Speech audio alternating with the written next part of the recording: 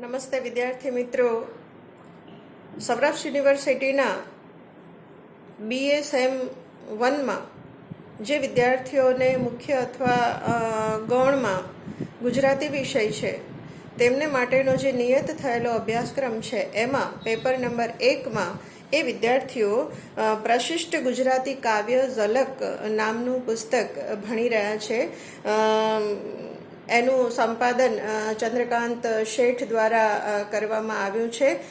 આ પુસ્તકની અંદર મધ્યકાળના 5 કવિઓ નરસિંહ, મીરા, અખો, પ્રેમાનંદ અને દયારામ, આ 5 મુખ્ય કવિઓ જે છે એમની ઉત્તમ રચનાઓ, જે 5 રચનાઓ આપણા અભ્યાસક્રમમાં પસંદ થયેલી છે, એ રચનાઓના આસ્વાદનો ઉપક્રમ હું શરૂ કરવા જઈ રહી છું.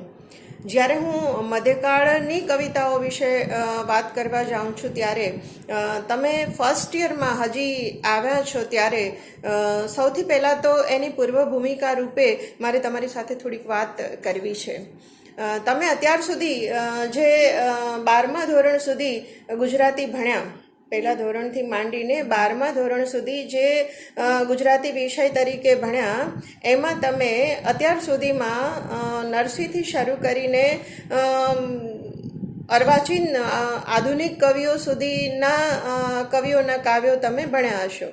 અને એ કવિતા તમારે હોય, એના ઉપર 2-4 લીટીમાં કવિનો પરિચય હોય, અને પ્રાઇમરી સ્કૂલમાં અને સાવ પહેલાં બીજા ધોરણમાં તો એ કવિતા તમારે શું કરવાનું હોય, એનો મુખપાઠ કરવાનો હોય, માત્ર પંક્તિઓ પૂર્ણ કરવાની હોય. કવિતાના અર્થ સાથે બહુ નિસ્બત ના હોય બાળકોને, માત્ર મુખપાઠ કરવાનો. તમારી સ્મરણ શક્તિને તેજ કરવા માટે તમે એ કરતા હતા. થોડાક મોટા થયા, કવિતાઓ આવી, તમે એનો સાર, એ કવિતામાંથી જે બોધ મળે છે એ તમારા શિક્ષકો તમને કહેતા થયા, અને એ બોધ તમે એ કવિતામાંથી લેતા થયા.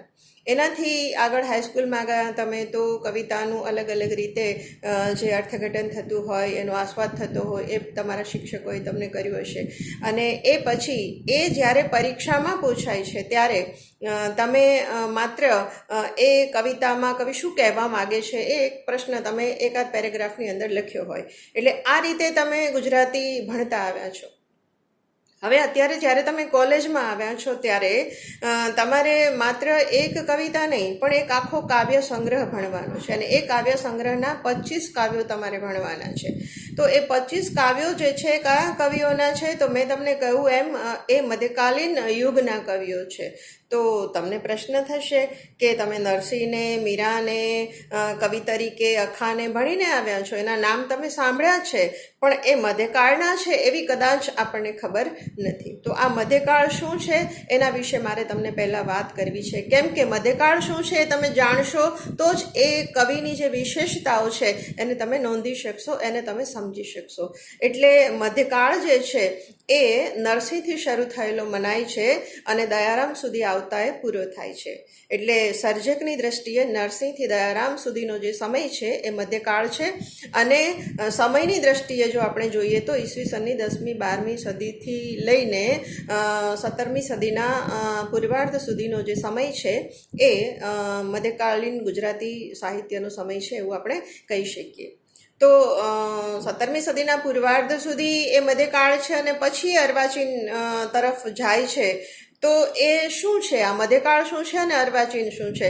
તો અર્વાચીન શું છે એની વાત આપણે અત્યારે નથી કરવાની. અત્યારે આપણે માત્ર મધ્યકાળ એટલે શું, તો મધ્યકાલીન જે સાહિત્ય છે એની વાત આપણે જો કરવી હોય તો હું બહુ ટૂંકમાં તમે સમજી શકો એ રીતે મધ્યકાલીન સાહિત્યના જે લક્ષણો છે એની વાત તમારી સામે કરીશ. સૌથી પહેલું અગત્યનું લક્ષણ, મધ્યકાલીન ગુજરાતી સાહિત્યનું અગત્યનું જે લક્ષણ છે સૌથી પહેલું એ કે મધ્યકાલીન ગુજરાતી સાહિત્યનું તમામ સાહિત્ય જે છે, જે કંઈ પણ, એ તમામ સાહિત્ય પદ્ય સ્વરૂપમાં છે. સાહિત્યના 2 સ્વરૂપો છે, ગદ્ય અને પદ્ય. પછી નાનાલાલ જેવા અપદ્ય ગદ્ય લઈને આવે, ડોલન શૈલી જેવું નામ આપીને, એ અલગ વાત છે. પણ મુખ્યત્વે 2 રીતે સાહિત્ય સર્જાતું હોય છે. કાં તો ગદ્યમાં, ગદ્ય કહેતા પેરેગ્રાફમાં, અને પદ્યમાં, પદ્ય કહેતા કવિતામાં. ચોક્કસ લયબદ્ધ, છંદોબદ્ધ એવી પંક્તિઓ હોય અને એ પંક્તિઓમાં જે લખાતું હોય એને પદ્ય કહેવાય. તો એને તમે કાવ્ય તરીકે ઓળખો છો. તો મધ્યકાળનું તમામ સાહિત્ય જે છે ને એ પદ્યમાં છે. એકચ્યુઅલી મધ્યકાળની પહેલાં પણ જે કંઈ પણ આપણું સંસ્કૃત સાહિત્ય હતું ને એ તમામ સાહિત્ય પદ્યમાં હતું. જે સંસ્કૃત ભાષાના આપણા મહાકાવ્યો છે એ બધા જ પદ્યમાં છે. એ પદ્યાત્મક અભિવ્યક્તિ છે બધી જ, અને એ પરંપરા મધ્યકાળમાં પણ ચાલુ રહે છે. એટલે મધ્યકાળનું તમામ સાહિત્ય જે છે એ પદ્યમાં રચાયેલું છે, પદ્યમાં સર્જાયેલું છે. એ એનું પહેલું લક્ષણ છે. બીજું લક્ષણ એનું એ છે કે મધ્યકાળનું તમામ સાહિત્ય જે છે એ સાહિત્યના, એ કવિતાના કેન્દ્રમાં ધર્મ છે. એમાં વિષય તરીકે ધર્મ કેન્દ્ર સ્થાને છે. એનું કારણ છે મિત્રો કે એ સમયે વિધર્મી શાસકોના ધાડાઓ ગુજરાત ઉપર આવતા હતા, એમના હુમલાઓ થતા હતા, એમનું શાસન પણ ગુજરાત ઉપર પ્રવર્તતું હતું. અને ત્યારે જે કંઈ પણ અંધાધૂંધી સમગ્ર પ્રદેશની અંદર, સમગ્ર ગુજરાતની અંદર વ્યાપેલી હતી, અને લોકો જે વિધર્મી શાસકો હતા એ યેન કેન પ્રકારેણ સામ દામ દંડ ભેદની નીતિ અપનાવીને ધર્માંતરો પણ ખૂબ થતા હતા. એવે સમયે જે ત્રાહિમામ પોકારી ગયેલી પ્રજા હતી એ પ્રજાને પોતાના ધર્મ તરફ પાછી વાળવાને માટે આ કવિઓએ જાણે બીડું ઝડપ્યું. અને એ કવિઓ પોતાની આ જવાબદારી છે, સમાજને જે જોઈએ છે અત્યારે એ રીતે સમાજને કશુંક આપવું, એ રીતે એ સમાજની સાથે જોડાયેલા છે, એની જવાબદારી છે. તો એ સર્જકો પોતાની આ જવાબદારી સમજીને આ કવિઓ એ ધર્મને કેન્દ્રમાં રાખીને પોતાની સર્જન યાત્રા આરંભે છે. અને મધ્યકાળના તમામ કવિઓ એ આ રીતે ધર્મને કેન્દ્રમાં રાખીને, એમાં પાછા બે પ્રકારના સાહિત્ય આપણને મળે છે, જૈન ધર્મી અને જૈનેતર. તો જે જૈન સાહિત્ય છે, ઘણા બધા જૈન મુનિઓએ સુંદર મજાના ફાગુ વગેરે લખ્યા છે, જૈન ધર્મના સંદર્ભે આવે છે. અને હિન્દુ સનાતન ધર્મના સંદર્ભે પણ આપણા મહાકાવ્યોના, રામાયણ, મહાભારત, ભાગવતના સંદર્ભે પણ ઘણી રચનાઓ આખ્યાન સહિતની આપણને મળે છે. તો મધ્યકાળનું લોકપ્રિય સાહિત્ય સ્વરૂપે આખ્યાન છે.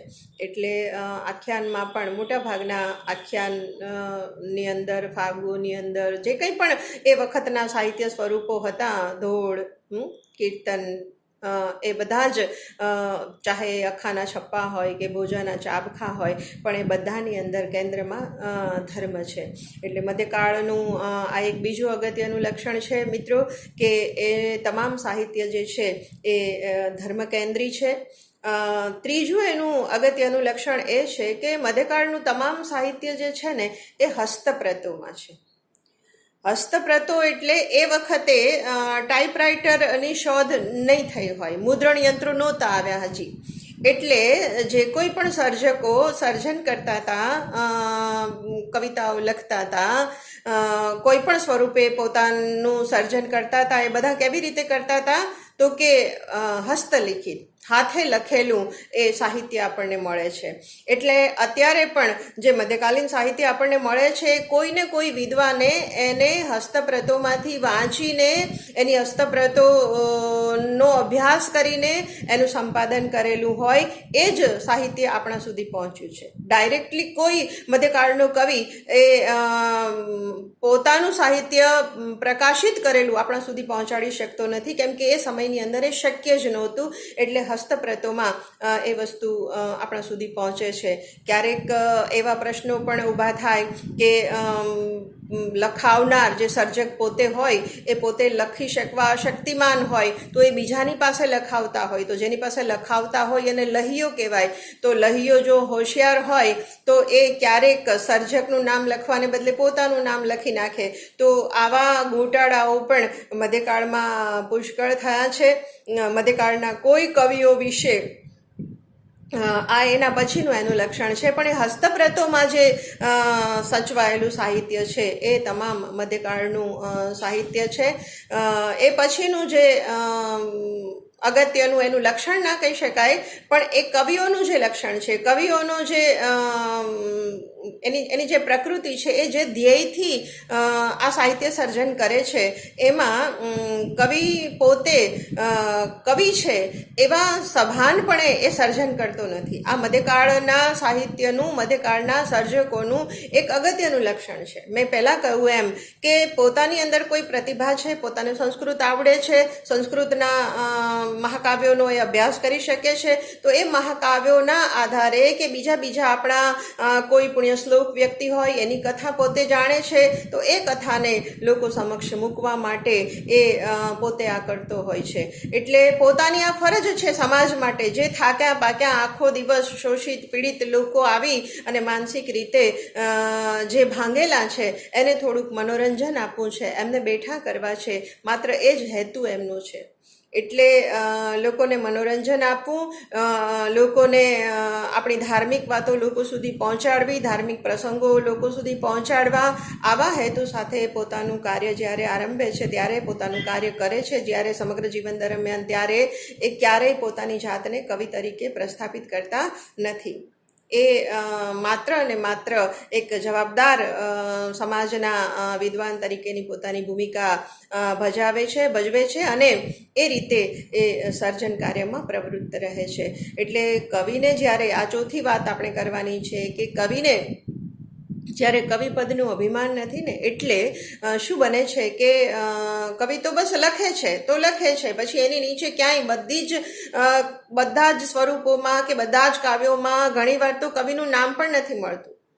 અને એટલા માટે શું થાય છે ખબર છે મિત્રો, કે મધ્યકાળનો કોઈ પણ કવિ છે ને, નરસિંહથી શરૂ કરીને દયારામ સુધી, ત્યાં સુધી આપણને કોઈ પણ મધ્યકાળના કવિના જીવન વિશે કોઈ ચોક્કસ માહિતી મળતી નથી. કોઈ ઠોસ રીતે આપણે કહી શકતા નથી કે આ કવિ આ તારીખે જન્મ્યા છે અને આ તારીખે મૃત્યુ પામ્યા છે, એમણે આટલા જ સાહિત્યની રચના કરી છે, એવું પણ આપણે નથી કહી શકતા. નરસિંહના નામે 5,000 ઉપરના પદો પણ બોલે, 9-10 હજાર પદો પણ બોલે અને 800,000 પદો પણ બોલે. બાઈ મીરા કે પ્રભુ ગિરધર નાગર આવું લખી નાખે એટલે મીરાબાઈની કૃતિ થઈ જાય. ભણે નરસૈયો એ લખે એટલે નરસિંહની કૃતિ થઈ જાય. આવી ચાલાકીઓ પણ ઘણા માણસોએ કરી છે, કરી હશે. તો આ મધ્યકાલની એક ખૂબી છે. એની સાથે ભાવકો માટે એક આ નબળી કડી એટલા પૂરતી છે કે આપણે કવિઓના જીવન વિશે, એમને ઘડનારા પરિબળો વિશે ઠોસ રીતે કશું કહી શકતા નથી, દ્રઢપણે કશું કહી શકતા નથી. હા, એમના જીવનની કથાઓ આપણને મળે છે, પણ એ મુખોપમુખ દંતકથા તરીકે આપણા સુધી પહોંચી છે. મુખોપમુખ જે આવે ને, ક્યાંય લખેલું ના હોય. નરસિંહ મહેતાને એની ભાભીએ મેણું માર્યું અને એ જંગલમાં તપ કરવા વયા ગયા અને 8-10 દિવસ સુધી ભૂખ્યા તરસ્યા રહીને એણે ભગવાન શિવને પૂજ્યા, અપૂજ શિવલિંગની પૂજા કરી અને પછી ભગવાન એને પ્રસન્ન થયા અને એને સ્વદેહે વૈકુંઠમાં લઈ ગયા. તો આ બધી જ વાતો પછી અખા સંબંધી હોય કે દયારામ સંબંધી હોય, આ બધી જ દંતકથાઓ રૂપે આપણે ત્યાં આપણા સુધી પહોંચી છે. એટલે મધ્યકાળના કવિઓ પોતાને કવિ તરીકે જ્યારે પ્રસ્થાપિત કરતા નથી, ત્યારે એ પોતાની ઓળખ પણ આપવાનું જરૂરી ગણતા નથી. એટલે ક્યાંક પ્રેમાનંદ જેવો કવિ એ પણ બધા જ એના આખ્યાનોમાં નથી લખતો અને ક્યાંક પોતાનો પરિચય આપે છે પણ ખરો છે. વીર ક્ષેત્ર વડોદરું ગુજરાત મધ્ય ગામજી, ચતુર્વંશી જ્ઞાત બ્રાહ્મણ ભટ્ટ પ્રેમાનંદ નામજી. વડોદરાથી આવે છે, પોતે ચતુર્વંશી જ્ઞાતિનો બ્રાહ્મણ છે અને ઉદર કાજે સેવ્યું નંદરબાર, આજીવિકા માટે, ઉદર કાજે પેટની આજીવિકા માટે, ઉદર પોષણ માટે. પછી એ વડોદરાનો છે પણ નંદરબાર જઈને પણ વસે છે. આવી માહિતી ક્યાંકથી એની કવિતાઓમાંથી પણ આપણને મળતી હોય છે. પણ મોટાભાગના કવિઓ ના જીવન વિશે આપણને કોઈ નક્કર માહિતી મળતી નથી. વિદ્વાનો એના પુરાવા એકઠા કરે છે અને ભાલણનો સમય નક્કી કરે. બળવંત જાની સાહેબ જેવા અમારા ગુરુવર્ય છે, તો એ રીતે કનૈયાલાલ મુનશી અને બીજા ઘણા વિદ્વાનોએ ઘણા મધ્યકાલીન કવિઓનો સમય નક્કી કરવાના પ્રયત્ન કર્યા છે અને એના આધારે અધ્યાપકો પણ એ વિદ્યાર્થીઓ સુધી પહોંચાડતા હોય છે કે ભાઈ આથી આ સમય સુધી આ કવિ થયો છે. આશરે એવું બોલવું પડે, ચોક્કસ આ સાલમાં નહીં, પણ આશરે આ ગાળાથી આ ગાળા સુધી એ કવિ હયાત હશે એવું અનુમાન કરવામાં આવે છે. એમની કૃતિઓ ઉપરથી, એમની કૃતિઓમાં ક્યાંક ક્યાંક મળતી સાલ, વિક્રમ, સંવત જે કંઈ પણ હોય એ બધું જ જ્યારે એકઠું થાય છે ત્યારે આવા પ્રકારના સંશોધનો થાય છે અને આવા પ્રકારનું વિદ્વાનો પુરવાર કરવા મથે છે. અને એ વિદ્વાનોના આધારે એમણે જે રજૂ કરેલા પુરાવાઓ છે એના આધારે આપણે કહી શકીએ કે આ કવિ અહીંયાથી અહીંયા સુધીના ગાળામાં થઈ ગયો હશે. એટલે આ મધ્યકાળનું આ પ્રકારનું ચોથું લક્ષણ છે. અને હજી એક વાત મારે એમાં ઉમેરવી હોય તો હું એ પણ કહી શકું કે મધ્યકાલીન પ્રજાની એ માનસિકતા હતી એટલા માટે મધ્યકાલીન સાહિત્યના તમામ સ્વરૂપોમાં લગભગ આખ્યાનમાં તો ખાસ કે એમાં કવિ ફલશ્રુતિ આપતો હોય છે. ફલશ્રુતિ એટલે શું કે એનો ફળાદેશ સંભળાવે. અત્યારે કોઈ તમને એમ ના કે તમે આજના કવિની કોઈ કવિતા સાંભળો તો તમને અમુક પ્રકારનો ફાયદો થશે. અત્યારે આ કોરોનાના લોકડાઉનમાં કેટલી બધી કોરોનાની કવિતાઓ લખાય છે, પણ એ કોરોનાની કવિતાઓ લખનારા કવિઓ એવું નહીં લખે કે મારી આ માર્ગદર્શિકા દર્શાવતી જે કોરોનાથી બચવા માટેની આ કવિતા મારી છે ને તમે વાંચશો એટલે તમે કોરોનાથી બચી જશો. આવું કોઈ કવિ આજે ફળાદેશ કરતો નથી. આજના સમયની એ માંગ નથી, પણ એ સમયના લોકોની મેં પહેલાં કહ્યું એમ એની જે માનસિકતા હતી એ માનસિકતાને કારણે લોકોને પોતાના ધર્મમાં દ્રઢ કરવા માટે, પોતાના ધર્મમાં એની આસ્થા દ્રઢ બને, એની શ્રદ્ધા દ્રઢ બને. આપણો રામ કંઈ કમ નથી, આપણો કૃષ્ણ પણ કંઈ કમ નથી. અને એ વાતને એણે પુરવાર કરવા માટે, એને સિદ્ધ કરવા માટે એ જ્યારે આવી કોઈ ધાર્મિક વાત કરે છે, આવી કોઈ ધાર્મિક પ્રસંગનું કથન કરે છે, પછી એ કથનમાં એ ભગવાને સંતોને, ભક્તોને કેવી મદદ કરી છે. આખી ભક્તમાળ મધ્યકાલીન સાહિત્યની અંદર આવે કે ભગવાને ભક્તને કેવી મદદ કરી છે, ભગવાને નરસિંહ મહેતાની ખાલી છાબ કુંવરબાઈના મામેરાની કેવી રીતે ભરી છે, એની હુંડી કેવી રીતે સ્વીકારી છે.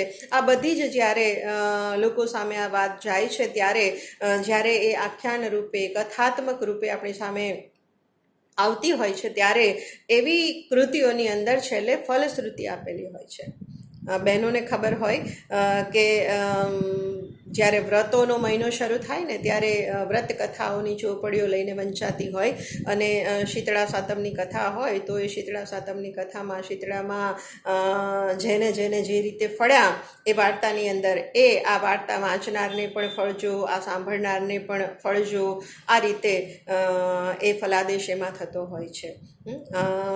પ્રેમાનંદનું ઓખાહરણ છે તો એ ઓખાહરણ આપણને ખબર છે કે ચૈત્ર મહિનામાં વંચાય અને ચૈત્ર મહિનો છે એ સંક્રાંતિનો મહિનો છે. બે ઋતુઓ ભેગી થતી હોય અને બે ઋતુઓ ભેગી થતી હોય ને ત્યારે જ માંદગીના દ્રશ્યો ઘેર જોવા મળતા હોય. એટલે એ માંદગીમાંથી બચાવવા માટે ઓખાહરણ મહિનામાં વંચાતું હશે.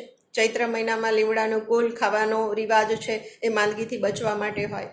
તો અત્યારે કોઈ એમ કે તમે ચૈત્ર મહિનામાં ઓખાહરણ વાંચો તો તમને કોઈ દી તાવ નહીં આવે. આજની પ્રજા એની તર્ક બુદ્ધિથી એ વાતને સ્વીકારશે નહીં, પણ એ સમયની પ્રજા, મેં તમને કહ્યું એમ માનસિક રીતે તદ્દન હારેલી, થાકેલી પ્રજા, અને એને જ્યારે કવિ આવું કે જે ઓખાહરણ સાંભળે ધરી ભાવ તેનો જાય અજીરણ તાવ. એને અજીર્ણ તાવ પણ શરીરમાં ક્યાંક અદીઠો રહેતો હોય, ઝીણો તાવ જેને કહીએ આપણે, દેખાતો ન હોય એવો પણ જો શરીરમાં તાવ હોય તો આ ઓખાહરણ સાંભળ્યા પછી એ તાવ પણ તમારામાં રહેશે નહીં. અને આવી શ્રદ્ધા જ્યારે લોકોને પ્રેરવામાં આવે, આવી શ્રદ્ધાથી, અને પછી લોકો એનું પઠન કરે અને ખરેખર એને માનસિક તાકાત મળે અને માનસિક તાકાતથી જ એ તાવમાંથી બહાર આવી શકે. તો આ પ્રકારનું લોક કલ્યાણનું કામ પણ મધ્યકાલીન કવિઓએ કર્યું છે. તો આ મધ્યકાળ છે. આ મધ્યકાળના કવિઓના કાવ્યો આપણે ભણવાના છે. અર્વાચીન કાળ પછીથી શરૂ થાય તો એને વિશે મારે જાજુ નહીં કહેવું પડે તમને કે મધ્યકાળ પૂરો થાય ને અર્વાચીન શરૂ થાય તો એ શેના કારણે કહી શકાય? તો જે મધ્યકાળના લક્ષણો આપણે જોયા એના કરતાં થોડાક અલગ પ્રકારના લક્ષણો આપણને મળે છે, તો ત્યાંથી એ અર્વાચીન શરૂ થાય છે. એટલે એને કોઈ ચોક્કસ લાઈન દોરી કરીને આપણે ના કહી શકીએ કે આ દિવસથી કે આ મહિનાથી કે આ સાલથી મધ્યકાળ પૂરો થાય છે અને અર્વાચીન શરૂ થાય છે. મધ્યકાળ ચાલતો હોય અને મધ્યકાળ ચાલતો હોય એની પેરેલલ એની સાથે સાથે અર્વાચીનના બીજ નંખાતા જતા હોય અને સમય જતાં એ અર્વાચીનતા જ્યારે સમગ્ર રીતે વ્યાપ્ત બને ત્યારે આપણે થોડા વર્ષો પછી એવું કહી શકીએ કે હવે મધ્યકાળ અહીંયા પૂરો થાય છે. આ પછીથી આવી રચનાઓ આપણને મળતી નથી અને હવે અર્વાચીન શરૂ થાય છે. તો એ રીતે મધ્યકાળ પૂરો થાય, અર્વાચીન શરૂ થાય. અર્વાચીન શરૂ થાય એટલે પદ્યની જગ્યાએ ગદ્યનો પણ આવિષ્કાર થાય. આપણે જોવું પડે ને કે કયા લક્ષણોને કારણે એ મધ્યકાળ હતો. તો કે એ તો પહેલું એ પદ્યમાં જ લખાતું હતું એ સાહિત્ય, તો એને બદલે ગદ્યનો આવિર્ભાવ થાય છે. પછી મધ્યકાળ માત્ર ધર્મ કેન્દ્રી હતું, ધર્મને જ કેન્દ્રમાં રાખીને સર્જન કરતા હતા સર્જકો. તો અહીંયા હવે અર્વાચીનમાં આવતા, નર્મદ દલપત પાસે આવતા એ વિષયમાં આપણને પરિવર્તન દેખાય છે. પહેલાં ફાગુ ને આખ્યાન ને પ્રબંધ ને બારમાસી ને ધોળ ને એ પ્રકારના છપ્પા, કાફીઓ, ચાબખા, આ પ્રકારના કક્કા, બારાખડી, મહિના, આવા પણ સ્વરૂપો મળે છે આપણને મધ્યકાળમાં. પણ જ્યારે તમે અર્વાચીનમાં આવો છો ત્યારે આ સિવાય એક ઉર્મી કાવ્યોનો નવો પ્રવાહ શરૂ થાય છે. એના વિષયો બદલે છે, સમાજ સુધારાના વિષયો આવે છે, પ્રકૃતિના વિષયો આવે છે અને એ રીતે એ મધ્યકાળથી કંઈક જુદી પડતી કવિતાઓ બને છે. સૌથી મોટો ફેરફાર એ થાય છે કે ત્યાં સુધીમાં મુદ્રણ યંત્રો આવી ગયા છે એટલે અર્વાચીન સાહિત્યનું તમામ જે ગદ્ય પદ્ય સ્વરૂપ છે એ આપણને પ્રકાશન સ્વરૂપમાં મળે છે. કવિઓ સભાન બન્યા છે હવે કે પોતે સમાજ માટે કશું કરે છે ત્યારે એ સભાનતાપૂર્વક જ્યારે કવિતા લખતા થાય છે ત્યારે મધ્યકાળના કવિઓના જે પ્રશ્નો હતા એમના જીવન વિશેના કે જે આપણને બરાબર મળતા નહોતા, એમના જીવન વિશેની માહિતીઓ મળતી નહોતી, એ અહીંયા નર્મદ અને દલપત સુધી આવતા. નર્મદ કઈ સાલમાં કઈ તારીખે જન્મ્યા અને કઈ સાલમાં મૃત્યુ પામ્યા, દલપત કઈ સાલમાં જન્મ્યા અને કઈ સાલમાં મૃત્યુ પામ્યા એ આપણને બિલકુલ ખબર પડે છે. અને મધ્યકાળનો કવિ દયારામ અને અર્વાચીનના દલપતરામ એ બે ક્યાંક ને ક્યાંક સમયના કોઈક છેડે એ બે મળ્યા પણ છે, પણ છતાંય એ બેયની અભિવ્યક્તિમાં, એ બેયના સ્વરૂપોમાં જે ફરક પડે છે એના કારણે દયારામને આપણે મધ્યકાળનો કવિ ગણીએ છીએ અને દલપતરામને આપણે અર્વાચીનનો કવિ ગણીએ છીએ. તો આ એક અર્વાચીન અને મધ્યકાલની જે ભેદરેખા છે એની સ્વરૂપ દ્રષ્ટિએ, એની વિષય દ્રષ્ટિએ એ મેં તમારી સામે વાત કરી. આપણે અહીંયા જે અભ્યાસ કરવાનો છે એ મધ્યકાલીન કવિઓના, જે મેં તમને કહ્યું એમ, નરસિંહ, મીરા, અખો, પ્રેમાનંદ અને દયારામ, આ 5 કવિઓ અને એમની 5 રચનાઓ. અહીંયા તો ઘણી રચનાઓ સમાવિષ્ટ છે, પણ આપણે માત્ર પસંદ થયેલી અભ્યાસક્રમમાં જે 5 રચનાઓ છે એના આસ્વાદની વાત ક્રમશઃ કરવાની છે. હું આજે તમને મધ્યકાલીન સાહિત્ય કોને કહેવાય એની થોડીક સરળ સમજૂતી તમને આપવાની મેં કોશિશ કરી છે. મેં કહ્યું એમ તમારે હાઈસ્કૂલથી એકદમ જ અલગ રીતે આ અભ્યાસક્રમને ભણવાનો છે અને અલગ જ રીતે તમારે આની એક્ઝામ પણ આપવાની થશે.